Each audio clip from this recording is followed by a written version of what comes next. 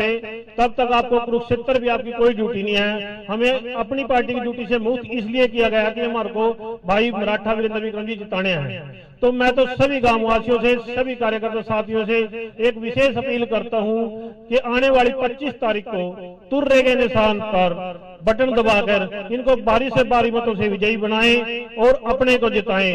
Vote for local. जय हिंद, जय Bharat. Local को जिताना है, बाहरी को भगाना है, लोकल को जिताना है, बाहरी को भगाना है। अब मैं अनुरोध करूंगा हमारे गठबंधन के प्रत्याशी और 36 बरादरी के सर्वप्रिय नेता राष्ट्रवादी कांग्रेस पार्टी के प्रदेश अध्यक्ष मराठा वीरेंद्र वर्मा जी से अनुरोध करूंगा कि वह आए और अपने विचार रखें। आदरणीय मराठा जी, इससे पहले मैं नारा लगाऊंगा, मैं बोलूंगा तुर्रा बजेगा, आपने बोला मराठा जीतेगा। तुर्रा बजेगा, तुर्रा बजेगा, तुर्रा बजेगा। मराठा जी आगे बढ़ो, मराठा जी आगे बढ़ो। साथियों, आपके सामने 3 प्रत्याशी मैदान में है। मुख्य रूप से 2 बाहर के प्रत्याशी हैं और एक आपका स्थानीय नेता है। आप सभी ने आने वाली 25 तारीख को बड़े सोच समझकर मतदान करना है। आपने देखना है कि जब भी यहाँ पे कोई लोकसभा का चुनाव हुआ तो बाहर के प्रत्याशी उतारे जाते हैं और फिर 5 साल आप पछताते रहते हैं। अब मेरा अनुरोध है मराठा जी से वो आए और अपने विचार रखें। आदरणीय मराठा जी, जोरदार ताली से स्वागत साथियों।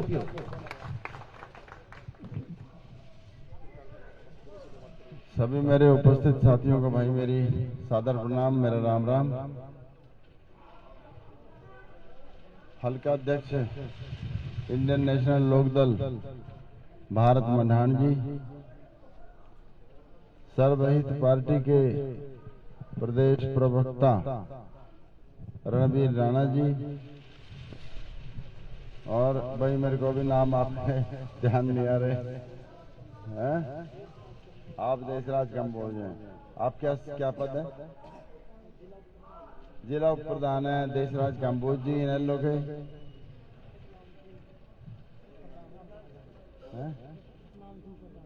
कहाँ के? भारत मैदान।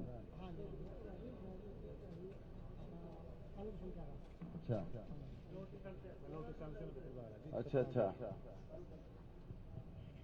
अल्पसंख्यक समाज के हल्का अध्यक्ष सतनाम जी, दूसरे प्रदेश महासचिव ऋषिपाल जी पंचाल, और हमारे जिला के अध्यक्ष ऋषिपाल जी दादूपुर,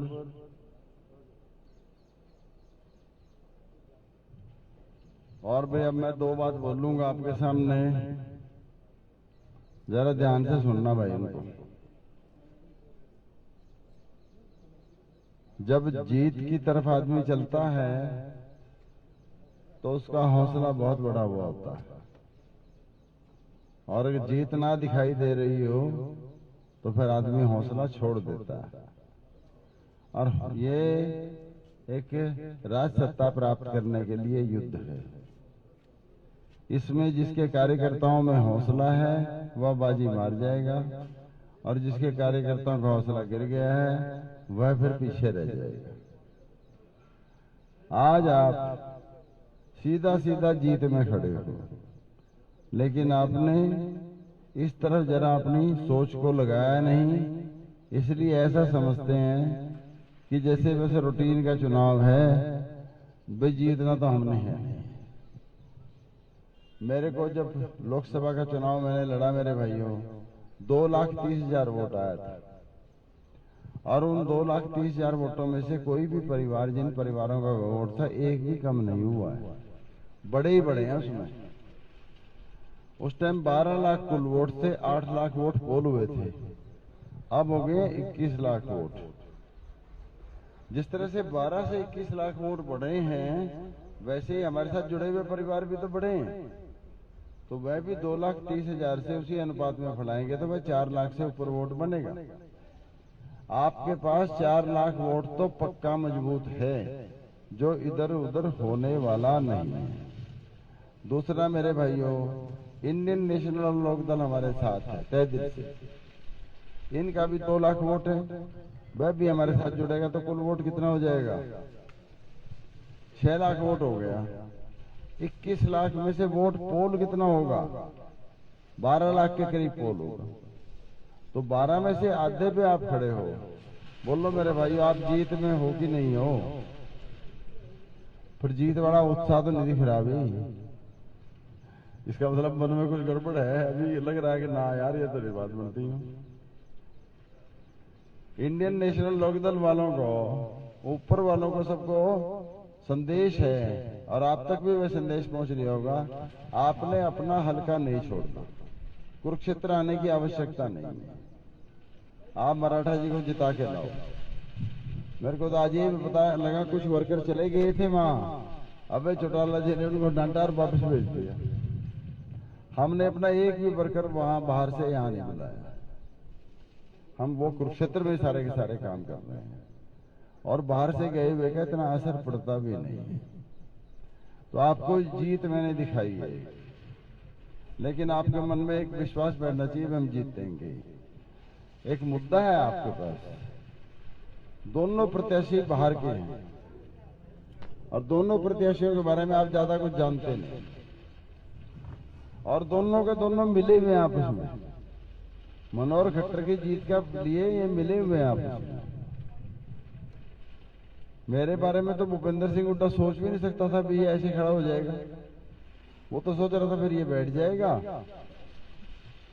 अगर इसको इंडिया गठबंधन का बात नहीं बनी, और इनेलो का और हमारा समझौता हुआ है, तो सपने में भी उसके नहीं थे। ये समझौता हुआ है, लोगों को एक आस जगी है। हमारी कुरुक्षेत्र की और करनाल की दोनों सीटें निकल रही हैं, और दोनों सीटें निकलने से मेरे भाइयों हरियाणा की राजनीति में एकदम बदलाव आता है। अक्टूबर नवंबर में जो चुनाव होगा उसमें इनेलो और एनसीपी गठबंधन की पूरी बहुमत से सरकार बनेगी। और हमने तो अभय चौटाला जी के बारे में ऐलान कर दिया, इनको मुख्यमंत्री हमने बनाना है।